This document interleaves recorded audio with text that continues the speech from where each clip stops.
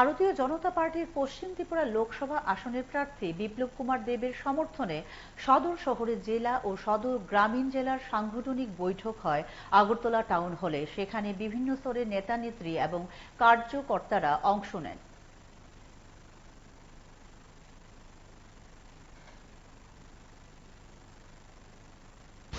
সমস্ত BLO 1, Mondal president, office বেলার, মোর্চা president, সদর আরবান এবং রুরাল ওই বিশেষ করে মিলে এখানে টেকনিক্যাল সেশন নেওয়া হয়েছে। কারণ বিএলএ 1-এর কাজ কি, বিএলএ 2-এর কাজ কি, ইলেকশনে কীভাবে কাজ করতে হয়, বুথের ABC গ্রেডেশন, তার মধ্যে কীভাবে কাজ করতে হয়, কতটা কাজ করেছে, সেই বিষয়ে সাংগঠনিক আলোচনা হয়েছে।